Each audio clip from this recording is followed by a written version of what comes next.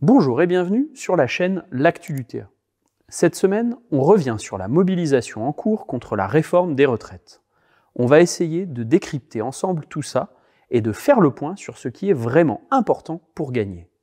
Mais avant ça, on vous invite plus que jamais à mettre un pouce bleu, à partager sur vos réseaux sociaux et à vous abonner à la chaîne pour faire connaître cette vidéo. Allez, on attaque.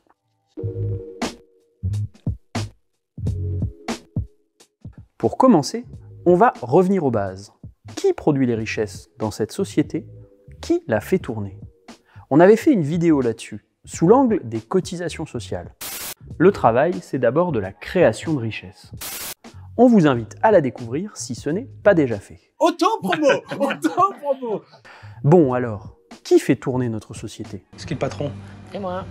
Les confinements du Covid ont donné la réponse. Celles et ceux à qui précisément ce gouvernement promet de mourir au travail avec sa réforme. Et de l'autre, pour qui elle est faite, cette réforme?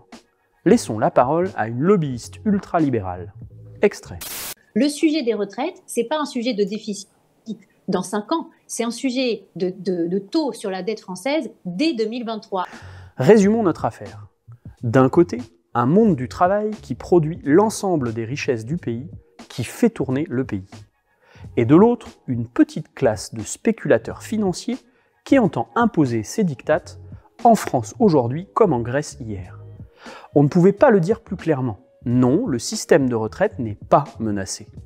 En réalité, les banques privées et autres fonds vautours, à qui l'État a délégué la gestion de la création monétaire via la dette, exigent de pressurer toujours plus les peuples au nom des profits financiers.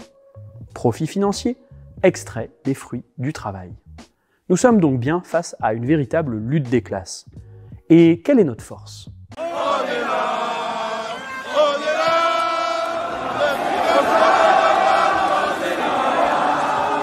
Les frasques du débat parlementaire ont été abondamment commentées. Il faut dire qu'en raccourcissant la discussion au maximum, le gouvernement aura tout fait pour contourner la représentation nationale. En face, on peut regretter qu'une partie de la France insoumise ait fait le choix d'une tactique de coup médiatique, instaurant une sorte de jeu de rôle entre eux et les macronistes. Ici, on s'insurge contre un député qui fait le mariole sur Twitter. Là, ça commente les propos d'un autre.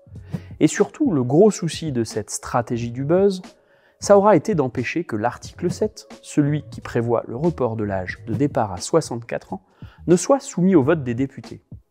Car alors, chacun aurait dû se positionner clairement. Et on voit bien que ça a tangué au sein des LR ou du Modem par exemple. Cette belle mécanique a parfois des ratés et les informations perçues par le cerveau lui paraissent alors contradictoires. Dans ce cas, c'est la nausée, ça peut même aller jusqu'à l'étourdissement. Mais si les syndicats ont pu, à juste titre, être agacés de ce point donné à la Macronie dans les institutions, l'essentiel n'est pas là. Réforme des retraites de 2019-2020, contrat première embauche de 2006, réforme Juppé de 95. Si à chaque fois la bataille était rude à l'Assemblée, c'est dans la rue et dans les entreprises que le match s'est joué et qu'on a gagné tous ensemble. On le disait plus haut, notre force, c'est que c'est nous qui faisons tourner la société.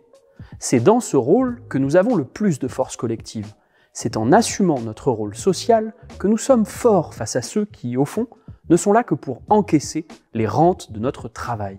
C'est normal. Les pauvres, c'est fait pour être très pauvres et les riches, très riches. Alors, le 7 mars et ensuite, c'est bien par la grève et la mobilisation qu'on arrivera à les faire reculer, avec nos collègues, avec nos syndicats.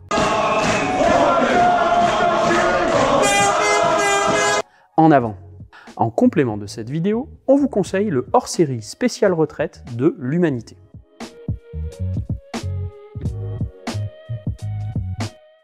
Le journal de Jean Jaurès livre ici une analyse détaillée du projet gouvernemental, pour permettre de comprendre chaque mauvais coup et d'argumenter autour de soi. Bref, un outil utile pour la lutte. Cet épisode est terminé. On espère qu'il vous aura plu et qu'il aura permis de rappeler l'essentiel dans une période où l'enfumage gouvernemental bat son plein. Donnez-nous votre avis en commentaire et surtout, rendez-vous à la manif de mardi. À très bientôt.